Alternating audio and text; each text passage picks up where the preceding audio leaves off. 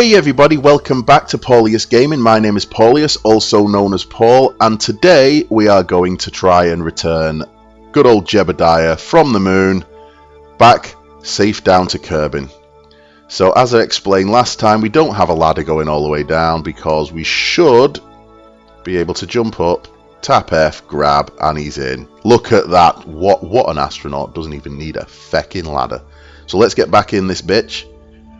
Now what we're going to try and do is take off, get into another 90-degree orbit so we can get straight back. We're going to kill our orbital velocity to drop back into Kerbin's gravity well, which is another very complicated way of explaining something very simple. We got half a tank of fuel, which should be plenty. So let's go ahead and do this bitch. So what we're going to do first is just throttle up, not too much. And I'm going to put the gears away. Yeah, I know that there's a hotkey to do this, but for some reason on my machine it just doesn't work.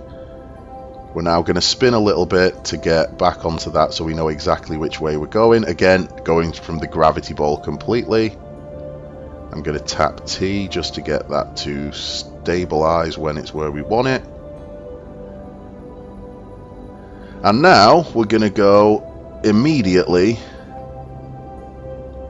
Classic point of what I was explaining before. I've just pressed left on my keyboard and we're heading directly away. I'm going to do that, and if we switch to our map and now throttle up, we're going to very quickly get our apoaps up. That is high enough. We are going to kill our engines. Of course, on the moon we don't have any atmosphere to worry about, and this time I am just going to eyeball it. In fact, why is that dropping? No, it's more or less stable. I'm going to accelerate time. I'm not going to bother with a maneuver node at this point because all we want to do is put ourselves into a somewhat spherical parking orbit using as little fuel as possible. We did use a little bit more than I really wanted to in that. Yeah, this entire mission has been a little bit shit in that I had to recircularize the orbit. It took a couple of correction burns to get here, but I think we've done quite well. Now as soon as we get into an orbit where we're not going to crash back into the planet, we're ready to go back to Kerbin. Now, we can try and get back to Kerbin the same way that we got here, which is set up a maneuver here to do that. But that's using a lot of fuel, and the point is, this thing has a lot more gravity than this thing. So what we're actually going to do is I'm going to wait until we get at about just on the orbit line. And again, I am sure people who play this game properly will be shouting at the screens telling, don't listen to me, I'm a fucking idiot. Which, yeah, I freely admit I am, but who cares? I landed on the moon. Nana nana boo boo, sucks to be you. Okay, let's see. Turn the SAS on. And we're going to burn for long enough. We want to push the orbit out this way. Because what we're actually trying to do is we want to head this way fast enough. The moon is heading around this way. In fact, let's zoom out. The moon is heading this way counterclockwise. What we have actually done here is headed in this direction fast enough to where we've essentially stopped relative to everyone else. We are letting the moon, essentially we are staying still, the moon is moving away from us. Yeah, everything's relative. There's no such thing as absolute. As you can see, we are staying still, the moon is heading away from us. And what this is going to do is eventually we are now in orbit of Kerbin. If you want to adjust your orbit, now we've left this a bit late. We're off the apoaps. This is not going to be a particularly fuel efficient thing to do. But actually, we don't have a lot of fuel. So Yeah, this is the more efficient way to do it, everyone, honest. What I'm going to do is I'm just going to let us go in one big orbit.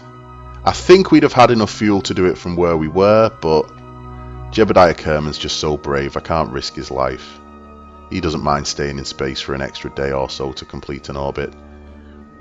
Now there you go, we're orbiting very, very slowly. This is the point here. At this point we're only going 392 meters per second. So eyeballing without using a maneuver node, it is not going to take a lot of velocity to slow our orbit down enough to where as we boost up, our orbit is going to decrease.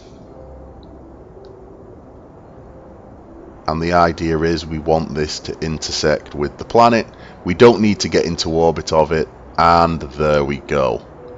That puts us down right on the nicely on the night side of the planet. Now we are going incredibly slowly here. We're only going 133 meters per second, which means we're going to have to use a hell of a lot of time acceleration to make this reasonable. Small bug with Kerbal Space Program. If you travel you have your time acceleration up too high, you will go straight through things.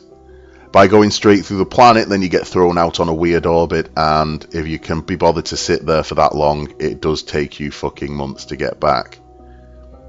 Or you don't have enough fuel to recorrect and you end up crashed. But as you can see, just keep it down. We are now at a good 1,230 meters per second. And we're coming up on Kerbin pretty goddamn quick. Now, I would just like to point out, and this is something they may fix in a future release of this, coming back to a planet like this is absolutely fucking suicide. Because what this means is we're going to be hitting the atmosphere going a good couple of miles an hour every second, which in the real world would completely burn just burn it up the blur, blur. Yeah, that makes sense to everyone, right? No, we would literally just burn up on the way in. We would want to come back to at least a partial orbit and then rearrange it. Like it says, we probably could here. I could make us come in at a bit of a shallower angle. But this is Kerbal Space Program. Who gives a damn? So what I'm going to do now, though, is I'm going to... This is the way we're coming in. I'm going to boost... basically to use up the last of that fuel. As you can see, we have got a good bit of fuel left, which translates to quite a bit of delta V. So let's just... Basically, we're playing... Kerbal Space Program role-playing edition, where I'm just burning off a little bit of that excess velocity just so we don't all die. And now we are out of fuel, so we can turn slightly away from where we're going because we don't want it to hit us on the way down. And we're going to fire that last stage. So now it's just poor Jebediah in his little capsule on his way down. And the poor bastard, he's been flying this thing the entire way. That's all he can see. So as you can see now, we're at 62,000. Let's get a... Oh. Well, the ship's throttled up, but there's no ficking engines attached. Let's just time warp a little bit. See where we're going to land. And again, just for the RP value. God, this thing's jittery. And there's no SAS, but if we turn it on, it still stabilizes a little bit. Just for the RP value, I'm arranging the ship so the flat side, which is going to be the heat shielded side, is aiming right for the atmosphere. And then comes my favourite bit in this whole game, the re-entry fireworks. I loved it when they added this. And you're probably about to see why as we come into the atmosphere at over 3,000 meters per second. And you're also going to see something else here. Now, as I've said, coming back into an atmosphere like this would be suicide. And I said because the ship would burn up. Even if you could make a completely fireproof ship, you're about to see why this would be impossible anyway and would be a very bad idea. And what you're going to want to do is look to the G-force meter here at the side. because poor Jebediah Kerbin is about to be subjected. It's literally off the charts. He is just a green, well, I don't know what colour blood. See, we've still got Mach effects as we're coming through the atmosphere. We're going multiple times the speed of sound. He's just been subjected to 30 or 40 times the Earth's gravity. If he has red blood, he is now a green and red spot on the back wall.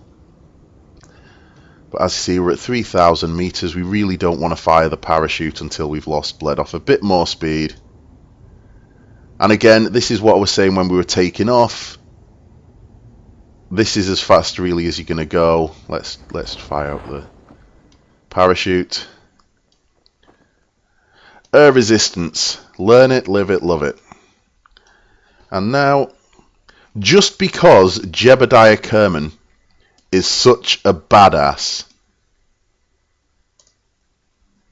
he's not going to do any of that sissy landing in the shuttle. He's going to ride it down like a boss. And hopefully time acceleration is not going to kick him off. In fact, Jebediah Kerbin is such a badass, he doesn't even need a spaceship to land. Can he survive 1,000 meters? I don't know, but we're about to find out. Kind of turn. Oh, there we go. Ow. Is he alive? Yes, he is. Jebediah Kerbin, interstellar badass. This shadow coming towards me. I wonder if this could be bad news for me in any way. Dunk. Oh. You lucky, lucky bastard, Jebediah Kerbin. You lucky, lucky bastard. Look how happy he is. Okay, well, as know, that's, I think, 4 videos. How to get to the moon and back. How to land like an absolute motherfucking badass back on Kerbin. What more could you possibly ask for? Okay, everyone, once again, if you like the video, please give it a thumbs up or subscribe. I think I will be doing some more Kerbal Space Program in the future, as well as my Xbox stuff. Thinking about getting some Minecraft stuff back up in this bitch once again. This bitch, I mean the channel, not the spacecraft we've just taken to the moon and back. So, once again, if you like the video, thumbs up, subscribe. If you didn't, go die in a fire. Okay, thanks very much for watching. I'll see you next time. Goodbye.